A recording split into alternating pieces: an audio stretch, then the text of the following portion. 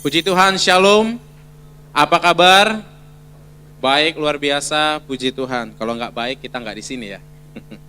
Ya, selamat hari Minggu bagi kita semua jemaat Tuhan yang hadir di tempat ini dan jemaat Tuhan yang mengikuti ibadah melalui live streaming.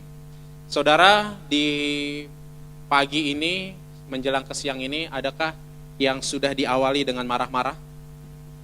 Atau ada yang sudah marah? Mau ke gereja ada yang sudah marah dulu? Karena lama banget nih nunggu istri, nunggu anak masuk ke mobil. Atau di jalan ada macet, bawaannya kesel. Gimana? Perasaan kalau marah itu enak gak? Enggak ya. Lalu bagaimana dengan orang yang kita marahin? Kira-kira mereka senang gak? Pasti enggak senang. Yang namanya marah itu adalah hal yang gak menyenangkan. Yang namanya dimarahin juga adalah hal yang tidak menyenangkan.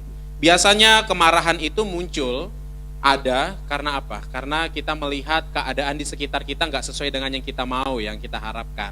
Atau kita melihat orang di depan kita kok melakukan kesalahan yang itu aja. Udah salah, cepat banget bilang minta maaf ya Pak, besoknya diulangin lagi. Apa nggak bikin kita marah? Pastilah marah. Marah itu biasanya terjadi karena ada sebuah kesalahan, pelanggaran, atau kebodohan dari orang yang terus-terus melakukan sebuah kesalahan. Tapi pernahkah kita berpikir atau merasa apabila Tuhan marah sama kita? Karena kita sebagai Kristen dianggap Kristen yang bodoh. Kenapa saya katakan Kristen yang bodoh? Karena kita tahu identitas kita di dalam Tuhan adalah orang yang dibenarkan. Tapi kita nggak melakukan kebenaran. Kita tahu identitas kita sebagai anak Tuhan adalah orang yang sudah dikuduskan. Tapi kita tidak mengerjakan kekudusan dalam kehidupan kita. Maka Tuhan marah sama kita. Pernah nggak terbayangkan itu? Andai kata Tuhan marah, apa yang terjadi? Banyak orang menganggap bahwa di dalam perjanjian lama, Tuhan di perjanjian lama yang dikenal itu adalah Tuhan yang kejam. Pernah dengar begitu Bapak Ibu? Karena kalau kita baca perjanjian lama, isinya Tuhan itu marah-marah terus. Gitu. Umat Tuhan, umat Israel yang katanya adalah umat yang dikasihi, kok dibuang ke Babel, terus Tuhan yang menciptakan langit dan bumi beserta isinya, kok di zaman Nuh, hanya Nuh aja yang diselamatkan. Kok kayaknya Tuhan kejam ya? Salah dikit mati, salah dikit mati, salah dikit dihukum. Sebenarnya kalau kita memahami di dalam perjanjian lama, Tuhan yang kita kenal hari ini dengan Tuhan yang ada di perjanjian lama itu bukan Tuhan yang berbeda. Itu Tuhan yang sama dan Tuhan yang tidak pernah berubah. Amin. Kalau hari ini kita kenal dia Tuhan yang baik, dia Tuhan yang penuh kasih, dia Tuhan yang penuh rahmat. Di perjanjian lama dia juga Tuhan yang sama. Tuhan yang penuh dengan kesempatan dan belas kasihan. Tetapi kenapa kita melihat Tuhan itu menjadi marah, menjadi murka, dan Tuhan itu menghukum umat yang dikasihinya? Karena umat itu bebal. Dikasih kesempatan bertobat, tapi tidak dipakai kesempatan itu. Atau mereka bertobat hanya beberapa waktu, setelahnya kembali lagi kepada kesalahan dan pelanggaran yang lama. Sehingga kita melihat Tuhan menghukum, Tuhan menghukum, Tuhan menghukum. Tidak Bapak Ibu, dia sama. Dia Tuhan yang penuh kasih. Hukuman itu diberikan untuk mendisiplin umatnya supaya dia tetap ingat dia adalah umat yang dikasihi Tuhan. Dan hari ini kita melihat, kita mau belajar tentang mendatangkan murka Allah. Wah, ini kok kayaknya judulnya seperti negatif ya. Kita mendatangkan kemarahan Tuhan, kayak kurang kerjaan. Kita lihat Bapak Ibu di dalam jemaat yang ada di Kolose. Dalam Kolose pasal yang ketiga ayat 5 sampai 17. Tapi saya ingin memulainya dari sini dulu. Ibu bisa lihat ini gambar apa? Ini adalah gambar sampah. Kalau kita lihat gambar ini, boleh bantu saya apa yang terpikirkan dalam pikiran kita? Bau, betul ya? Kotor, menjijikan, betul? Apakah ada yang senang melihat? Kayaknya enak tinggal di situ ya, gitu. Wah, kayaknya enak nih main-main di situ ya, atau nongkrong di situ. Pasti nggak mau, betul ya? Ini sampah, hal-hal yang lama bekas pakai dibuang ke sini menjadi busuk, bau, menjijikan. Lalu kita lihat. Ini seorang anak yang bermain di lumpur. Anggaplah lumpur ini adalah lumpur dari sampah tadi. Lalu kita melihat anak kita bermain-main di lumpur itu padahal kita baru mandiin dia. Dia baru mandi, terus sudah wangi pakai bedak.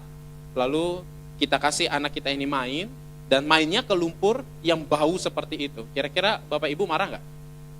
Marah ya, pasti marah ya. Pasti murka. Kamu ini kok bodoh sekali. Sudah mandi, sudah bersih, kok masih main di kotoran? Tapi kata Rinso, main yang kotor itu baik. Berani kotor itu baik ya. Jadi kalau main di sampah itu baik juga nggak ya? Itu nggak baik ya, kita pasti murka, kita pasti marah sama siapa? Sama anak kita. Kenapa? Kok bodoh banget ya? Itu kotor, kamu sudah bersih, kok main ke sana? Nah Bapak Ibu, demikianlah kita lihat dalam Kolose pasal 3. Karena itu matikanlah segala dirimu, segala sesuatu yang duniawi. Semuanya itu mendatangkan murka Allah, kemarahan Tuhan atas orang-orang durhaka. Siapa orang-orang durhaka? Orang-orang yang di dalam dirinya masih tertanam segala sesuatu yang sifatnya duniawi. Itulah orang-orang durhaka dan itulah yang mendatangkan kemarahan bagi Tuhan. Ayat 7. Dahulu kamu sudah lakukan itu ketika kamu hidup di dalamnya. Dulu sebelum percaya Yesus, dulu sebelum bertobat, kamu tuh begitu. Dalam hidupmu itu, identitasmu adalah manusia lama yang isinya adalah kedagingan dan hal-hal yang bersifat duniawi. Kita lihat sejarahnya. Saya kalau khotbah suka pakai peta. Bapak Ibu kalau perhatikan saya khotbah, saya selalu menyematkan peta. Ini adalah daerah Turki sekarang. Nah, ini daerah Turki di masa kini, tapi di zaman dulu saat Rasul Paulus hidup di zamannya itu disebut Asia Kecil. Nah, Bapak Ibu, Kolose ada di sini. Dan jemaat Kolose ini berdiri bukan karena hasil penginjilan Paulus ke daerah Kolose tersebut, enggak. Kolose ini ada gereja di dalam gereja di Kolose atau jemaat yang di Kolose didirikan oleh satu orang anak Tuhan yang namanya Epafras. Epafras pada waktu itu pergi ke Efesus saat penginjilan Paulus atau perjalanan misi Paulus yang ketiga. Paulus pergi bermisi ke daerah Asia Kecil, dia singgah di Efesus, dia kabarkan Injil, lalu salah satu orang dari Kolose pergi untuk mendengarkan Injil yang disampaikan oleh Efesus, lalu setelah selesai dia pulang ke Kolose, dan berita yang dia dapat disebarkanlah di tempat di mana dia berasal di Kolose, sehingga berdirilah jemaat yang ada di Kolose, berdirilah gereja di Kolose. Lalu 10 tahun kemudian, Paulus menuliskan surat ini, surat Kolose ini kepada jemaat yang di sana, karena ada masalah di dalam jemaat di Kolose. Bapak Ibu, Kolose ini dulu adalah kota yang sangat makmur, kota yang besar, kota yang cukup mapan, orang-orangnya banyak, dan komoditas utamanya adalah wool, bulu domba yang dijadikan penghangat jaket atau baju. Kota terkenal, kota yang kaya, tetapi di abad pertama kota ini mulai redup, menjadi kota yang gak penting. Lalu di tahun 60 atau 61, ternyata di wilayah lembah ini terjadilah gempa bumi, hancurlah wilayah Laodikia, Kolose dan Hierapolis, dan ternyata Kolose semakin ditinggalkan, pembangunan ulang dikerjakan berfokus kepada Laodikia. Sehingga Kolose ini dianggap menjadi daerah yang sudah gak penting lagi, gak punya pengaruh lagi. Tetapi saudara lihat, di daerah yang gak penting, di daerah yang gak punya pengaruh, ternyata Paulus memberikan perhatian kepada jemaat yang ada di Kolose. Jemaat yang dianggap gak penting, jemaat yang ada di desa-desa, di dusun-dusun, sudut-sudut sana, Paulus memberikan perhatian kepada orang-orang Kristen yang ada di sana. Apa penyebabnya Bapak Ibu? Ternyata 10 tahun gereja di Kolose ini berdiri, tidak menentukan bahwa gereja itu bebas dari masalah. Kita sudah berapa tahun jadi jemaat Bapak Ibu? Nggak usah jadi jemaat deh, percaya Yesus dari pertama lahir baru sudah berapa tahun sampai tahun ini? Ada yang sudah 10 tahun? 20 tahun semenjak dibaptis lahir baru? Ada yang sudah 30 tahun. Tetapi apakah perjalanan iman kita sebagai Kristen mulus-mulus saja? Enggak. Pasti ada gelombang naik turun, upside down, itu pasti terjadi dalam hidup kita. Sama seperti jemaat yang ada di Kolose. 10 tahun gereja itu sudah berdiri, ternyata iman mereka akhirnya mendapatkan ancaman dari guru-guru palsu yang ada di sana. Guru-guru palsu mengajarkan apa? Guru-guru palsu mengajarkan bahwa sudahlah, kalau kamu memang Kristen, supaya kamu diterima oleh komunitas, yuk tetap pelihara manusia lama itu. Tetap pelihara perilaku busuk, bejat, dan kenajisan itu sendiri. Pemahaman mereka disuntik oleh para guru-guru palsu. Menganggap bahwa percaya Yesus nggak cukup, perlu ada tambahan lagi. Jadi di sini tersebarlah ajaran bahwa mereka sebagai Kristen boleh menyembah malaikat dan roh-roh jahat. Karena di lembah ini, terdiamlah di daerah lembah wilayah ini, ada tempat di mana roh-roh dan malaikat-malaikat itu tinggal dan mereka sebagai penguasa alam. Mereka menganggap gempa bumi pada masa itu terjadi karena kita kurang taat menyembah dewa bumi, yaitu malaikat yang di sana. Lalu mereka bingung, lah kami kan udah Kristen, emang masih boleh begitu? Guru-guru palsu mengatakan, boleh. Ya kamu ke gereja boleh, percayai Kristus boleh, nggak apa-apa kok, masih ada pegangan-pegangan lain itu nggak apa-apa, supaya bumi ini aman, supaya rezekimu tetap terpelihara, supaya karirmu tetap stabil dan bahkan naik terus. Ini yang terjadi di sana. Iman mereka digoda, pikiran mereka dihancurkan, pemahaman mereka tentang Kristus menjadi minim oleh guru-guru palsu. Sehingga Epafras yang ada di sini tadi pergi menjumpai Rasul Paulus di Roma yang sedang dipenjara. Jadi penjara yang ditempati oleh Paulus ada penjara rumah. Bukan dibelenggu dengan rantai, Paulus masih bisa menulis, masih bisa berkarya. Dan dia katakan, Pak Paulus, Om Paulus, atau Rasul Paulus, atau Pak Pendeta lah. Saya nggak tahu disebutnya apa Paulus waktu itu. Gini loh, jemaat di Kolose sedang menghadapi tantangan. Guru-guru palsu sudah meracuni orang-orang Kristen yang ada di sana. Mereka akhirnya orang-orang Kristen di sana tetap hidupnya bejat, tapi minggu datang gereja. Alasannya Tuhan nanti akan ampuni kok. Hidupnya tetap najis dengan pemikiran, oh nanti juga dikuduskan kok kalau kita berdoa. Bukankah pemahamannya demikian juga pernah terfikirkan oleh kita Bapak Ibu? Lalu kita melihat selanjutnya, ini dia. Apa yang dituliskan oleh Paulus itu mencerminkan yang terjadi di sana. Ternyata jemaat di Kolose masih memelihara kehidupan lamanya, masih memelihara kenajisan-kenajisan dalam kehidupannya, masih memelihara hal-hal busuk yang seharusnya itu sudah ditinggalkan saat dia percaya Yesus, tapi dia masih kembali ke sana. Dan lihat, karena itu matikanlah di dalam dirimu segala sesuatu yang duniawi. Apa yang dimatikan Bapak Ibu? Segala sesuatu yang duniawi di mana? Dalam dirimu. Paulus menuliskan ini kepada orang Kristen yang sudah percaya Yesus 10 tahun di Kolose. Dia melihat bahwa orang-orang Kristen di sana masih hidup dalam hal-hal yang duniawi. Apa itu? Percabulan, perzinahan, hal-hal yang najis, hawa nafsu, nafsu jahat, nafsu ingin balas dendam, nafsu untuk melampiaskan kebencian, nafsu untuk melukai sesama, apalagi keserakahan. Dan semuanya itu disimpulkan sebagai penyembahan berhala. Lalu, apalagi? Buanglah semua itu, yaitu amarah, geram, kejahatan, fitnah. Katanya fitnah lebih kejam dari pembunuhan. Ngeri ya. Wah, orang Kristen masih suka fitnah ya Bapak Ibu ya. Wah masih banyak banget tuh. Apalagi kalau udah balas komen di Instagram. Waduh, ngeri ya. Dan kata-kata kotor. Ini dia. Kalau nyetir, diselip orang, spontan yang keluar, haleluya gitu, enggak? Haleluya, haleluya, puji Tuhan. Tuhan baik. Gitu? Enggak, pasti kecoa buntung. Dasar, cicak tak berekor.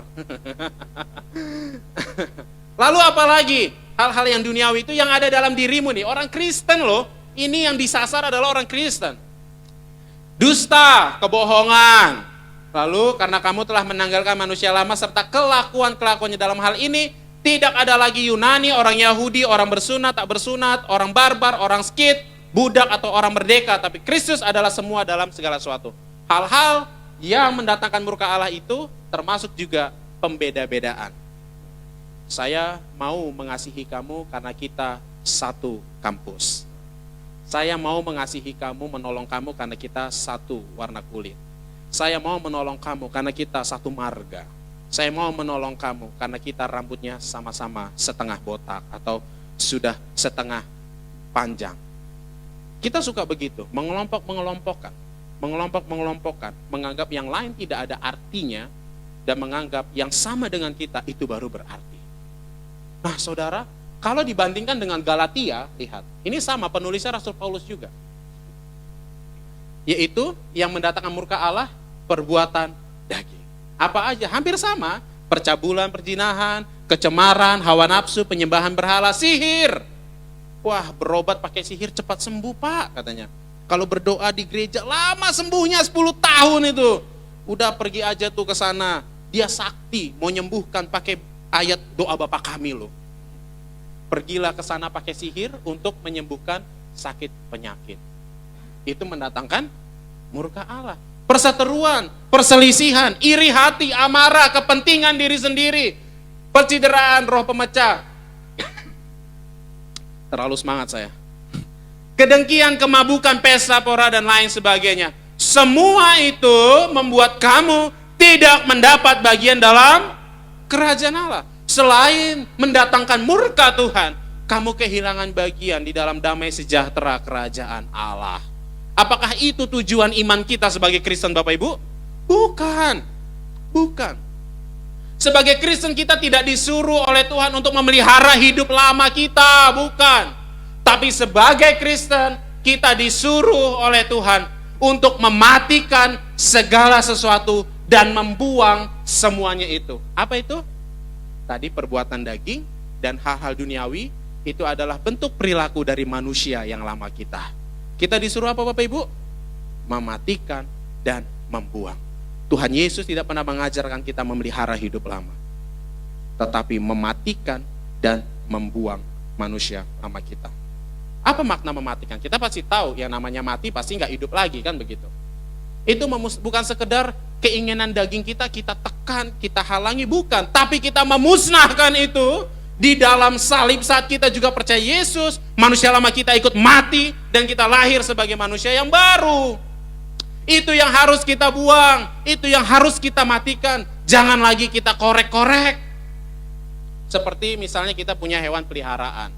Hewan peliharaan kita mati, lalu kita bawa ke tempat yang layak untuk dikubur dan kita kubur. Apakah karena kita kangen lalu kita balik lagi, kita korek lagi bangkai itu? Enggak. Karena apa? Jijik, sudah bangkai, bau, menajiskan. Harusnya kita sebagai orang percaya melihat manusia lama kita itu menjijikan, hal-hal yang najis. Aduh, jijik banget, saya harus balik lagi ke sana. Saya ini manusia baru. Karena apa? Mari kita lihat. Ketika kita percaya Yesus Kristus, identitas kita bukan lagi identitas manusia duniawi, manusia lama yang penuh kekejian, iri hati tadi, kenajisan dan lain sebagainya. Hidup kita 100% diubah. Ini ada 12 sisi yang menjadi identitas baru kita. Kita percaya Yesus, kita mendapatkan identitas baru sebagai orang yang sudah dipilih Tuhan. Sebelum dunia ini ada, kita sudah dipilih Tuhan. Kita tahu bahwa kita adalah orang yang punya hak untuk masuk surga. Harusnya kita mati karena dosa, tapi Yesus mati gantikan kita dan kita hidup dalam kekekalan. Lalu kita adalah orang yang sudah ditebus. Kita adalah orang yang harusnya hidup ini memuaskan Tuhan. Apa yang kita lakukan harusnya Tuhan puas melihat kita. Lalu seharusnya kita sadar bahwa kita adalah orang yang sudah dilahirkan baru. Kita harusnya sadar bahwa diri kita sudah didamaikan dengan Tuhan. Ini identitas kita Bapak Ibu. Kita harusnya tahu bahwa kita adalah orang yang sudah dibenarkan di hadapan Tuhan. Dosa itu membuat kita terpisah dan menjadi musuhnya Allah. Harusnya inilah yang menjadi identitas baru kita. Jangan lagi kita mengulangi kembali ke manusia lama dan akhirnya mendatangkan murka Allah, membuat Tuhan akhirnya bermusuhan kembali dengan kita. Kita sudah didamaikan, kita sudah dibenarkan. Harusnya hidup ini menjadi kepuasan bagi Allah. Apalagi pengangkatan, kita sudah diangkat menjadi anaknya. Ini identitas baru Bapak Ibu. Kita sudah disatukan dengan Kristus, kita sudah dikuduskan. Harusnya kita memelihara kekudusan yang Tuhan sudah berikan dalam diri kita. Dan kita dimuliakan Allah. Tetapi seringkali kita masih balik-balik ke sini. Betul? Kita seringkali cinta dengan hal-hal ini. Ada seorang sahabat. Seorang sahabat ini dia sangat dekat. Sangat dekat, sangat dekat. Lalu seorang sahabatnya sakit di rumah sakit, sekian lama dia datang, mengunjungi dan ditungguin sampai dia sembuh. Ternyata tidak sembuh juga dan akhirnya sahabatnya mati. Matilah sahabatnya, sedih sekali dia, sangat-sangat sedih. Lalu dibawalah sahabatnya ini pergi ke pemakaman dan Di pemakaman sebelum dikubur, dia ucapkan kata-kata terakhir dan dia menangis senangis-nangisnya karena ini adalah sahabat yang paling mengerti aku. Singkat cerita, sahabat ini dikuburkan. Setelah dikuburkan dia pulang. Di rumah dia menangis, dia terus menangis, dia terus mengingat-ingat sahabatnya. Banyak kenangan yang sudah dilewatinya.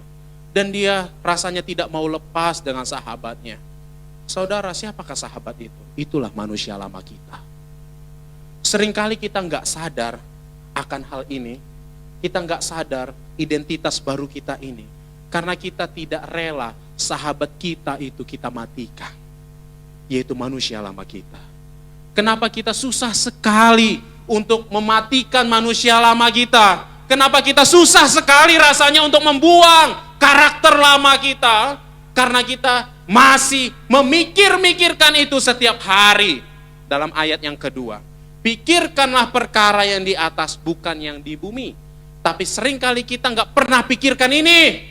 Kita nggak pernah pikirkan identitas kita ini. Kita hanya memikirkan hal-hal daging dan duniawi tersebut. Sehingga perlu bagi Tuhan, melalui Rasul Paulus berkata kepada jemaat Kolose, hai jemaat Kolose, kamu tahu, kamu orang yang dikasihi, kamu sudah ditebus, matikanlah manusia lamamu itu. Matikanlah dan buanglah semua kecemaran itu, sebab kamu harus mengenakan manusia yang baru. Saudara boleh katakan sama temannya kanan kiri, yuk hidup sebagai manusia baru. Bilang lagi dong, hati-hati nanti Tuhan murka samamu.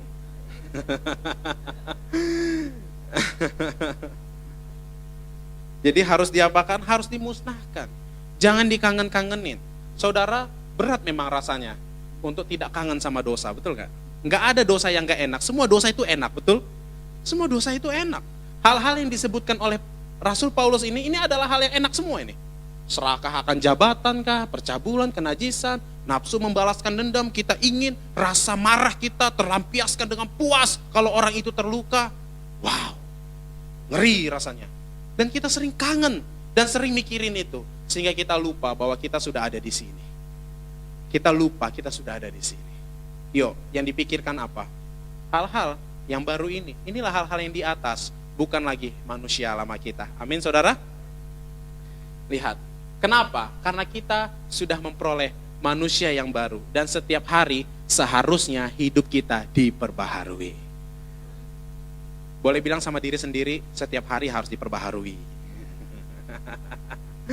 Setiap hari hidup kita harus diperbaharui karena kita adalah manusia yang baru. Selanjutnya kita lihat. Perjuangan kita adalah perjuangan mematikan kuasa dosa yang terus-menerus menggerogoti daging kita. Saudara, memang hidup ini penuh perjuangan. Kita berjuang supaya anak kita bisa sekolah di sekolah yang bagus. Kita bekerja dengan giat supaya ekonomi kita meningkat, taraf hidup kita baik. Tetapi bukan hanya itu. Esensi utamanya adalah perjuangan kita adalah perjuangan untuk mematikan kuasa dosa itu. Mematikan manusia lama kita itu. Setiap hari kita diperhadapkan dengan hal itu. Dan yakinlah, dalam pertolongan Roh Kudus kita mampu mematikan dan membuang manusia lama kita. Amin. Dengan bantuan Roh Kudus, maka kamu akan mampu. Dan kita lihat yang kedua, apa yang dikatakan dalam Alkitab. Kita sudah beres. Kita sudah dinasehati oleh Rasul Paulus, awalnya kita dimarah-marahin, lalu dikasih solusi, yuk matikan, buanglah manusia lama itu, sadarlah, kamu harus pakai manusia barumu setiap hari.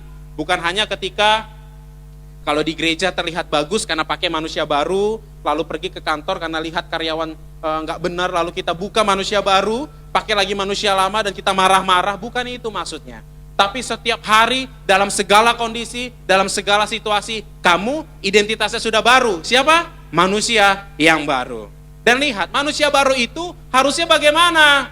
Yang kedua, karena itu sebagai orang-orang pilihan Allah, kita pilihan Allah. Sudah jelas tadi bagannya. Kita yang dikuduskan, dan kita yang dikasihi Tuhan. Kita objek kasihnya Tuhan. Kita objek cintanya Tuhan. Kita objek kasihnya Tuhan, saudara. Sebagai objek kasihnya Tuhan, kita diminta untuk mengenakan belas kasihan, kemurahan, kerendahan hati, kelemah lembutan, dan kesabaran. Ini sebagai lawan dari perilaku manusia lama yang sudah kita bahas tadi di awal.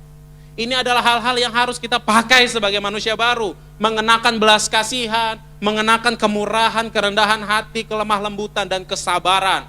Minggu lalu kita dengar khotbah dari Bapak Gembala kita tentang kelemah lembutan. Kita diingatkan kembali. Dan itu bentuknya apa? Dikasih contoh ayat 13. Sabarlah kamu seorang terhadap yang lain. Seorang terhadap yang lain. Bukan hanya disuruh sabar sama anak, sabar sama istri, sabar sama suami, sabar si tepu. Saya punya keluarga namanya sabar si tepu. Bukan hanya sama mereka kita sabar, tapi kepada siapa? Seorang terhadap yang lain, kepada siapa aja yang kita temui, ganti dari manusia lama, kita harus sabar. Gampang ya ngomongnya ya. Ngelakuinnya susah banget ya. Susah banget sabar. Susah banget sabar. Susah banget sabar. Tapi Rasul Paulus berkata, Roh Kudus memampukan kita sebagai manusia baru untuk bisa bersabar dalam segala situasi. Selanjutnya, ampunilah seorang akan yang lain. Wah, kesabaran ini dikaitkan, disamakan dengan pengampunan akan yang lain. Ngomongnya tetap gampang, tapi ngelakuinnya susah banget. Pak Pendeta itu dia udah salah 10 tahun yang lalu, kesalahannya itu masih melekat di hatiku, tergores. Andai kata dadaku dibelah, dan ada jantung di sana, ada luka-luka goresan sakit hatiku sama dia. Susah mengampuninya Pak Gembala, Pak Pendeta. Saudara, firman Tuhan katakan manusia baru harus bisa mengampuni seorang dengan yang lain. Menyimpan benci, menyimpan amarah dan kesalahan orang, itu tidak akan menguntungkan hidup kita. Lanjut, sama seperti Tuhan sudah mengampuni kamu, kamu perbuatlah juga demikian. Saudara, Tuhan mengampuni kita saat kita masih berdosa. Tuhan mati bagi kita saat kita masih berdosa. Apakah kesalahan kita lebih sedikit daripada kesalahan orang lain? Enggak. Di mata Tuhan dosa adalah dosa. Enggak ada dosa kecil, enggak ada dosa besar, enggak ada kesalahan kecil, enggak ada kesalahan besar. Salah ya salah, dosa ya dosa. Dan Tuhan mati bagi kita. Lalu kita masih memperhitungkan kesalahan kecil yang dibuat oleh orang lain. Firman Tuhan mengatakan, ampunilah mereka seperti Tuhan sudah mengampuni kamu. Standarnya siapa? Diri sendiri. Standarnya kita sendiri. Kita sudah diampuni, ampunilah sesama kita. Jangan anggar jago lah. Jangan sok jago lah, jangan sok kuat, jangan sok hebat, sok benar. Oh, saya dibenarkan Tuhan, tapi saya jauh lebih benar dari kamu. Dibenarkan Tuhannya, kamu dibenarkan Tuhan masih setengah sih gitu. Enggak bisa begitu. Enggak bisa begitu. Ampunilah seorang akan yang lain. Dan yang terakhir, dan di atas semuanya itu pakailah kasih sebagai pengikat. Semuanya ini bisa kita lakukan, dasarnya adalah kasih. Kasih Allah yang mengampuni kita, kasih kita juga lah harus kita pakai mengampuni sesama. Ini semua dasarnya adalah kasih. Kalau tanpa kasih, kita tidak akan bisa mengasihi. Nah saudara, dalam ayat yang ini dimaksudkan begini. Kalau memang kamu mengasihi Tuhan, kalau memang kamu mengasihi sesamamu manusia, karena dalam pasal 4 dan seterusnya, di situ diungkapkan oleh firman Tuhan tentang bagaimana kita membangun hubungan dengan sesama. Hamba dengan tuan, tuan dengan hamba, suami dengan istri, anak dengan orang tua. Itu semua bisa terrealisasi dengan baik, hubungan kita dengan sesama bisa baik, kalau kita mengenakan kasih sebagai pengikat yang menyempurnakan itu semuanya. Tapi beres dulu dari kita. Manusia lamanya dibuang, kita pakai manusia baru, kita hidup bersama Kristus, kita pakai kasih, sehingga relasi kita dengan sesama akan berjalan dengan baik. Kalau masih ada relasi hubungan kita dengan sesama itu kurang baik, itu perlu dikoreksi, bukan dia yang salah, kitanya. Apakah kita masih pakai manusia lama kita? Sehingga kita selalu pakai ukuran kebenaran itu standarnya kita. Dan kita nggak bisa mengasihi sesama, nggak bisa mengasihi istri, nggak bisa mengasihi suami, nggak bisa mengasihi anak, nggak bisa mengasihi hamba yang bekerja di rumah kita. Terakhir, lihat Bapak Ibu. Yang ketiga, sebagai orang yang sudah baru nih, firman Tuhan mengatakan, hendaklah damai sejahtera Kristus memerintah dalam hatimu. Tadi, manusia lama dibuang dan digantikan dengan Kristus yang memerintah, yang menguasai seluruh kehidupanmu. Supaya apa? Lihat. Karena itulah kamu telah dipanggil menjadi satu tubuh dan bersyukurlah.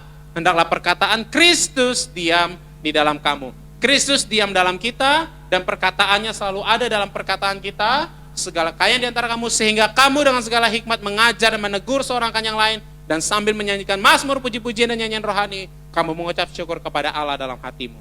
Hidupmu menjadi pujian dan persembahan yang agung di hadapan Tuhan. Itu maksudnya Bapak Ibu. Kristus yang hidup dalam hidupmu menggantikan manusia lamamu, manusia barumu diisi oleh Kristus, perkataanmu adalah perkataan Kristus, sehingga ketika kita datang ke gereja, kita berkata, Tuhan, inilah hidupku, persembahan yang kudus di hadapanmu. Dan Tuhan puas dengan keberadaan hidup kita.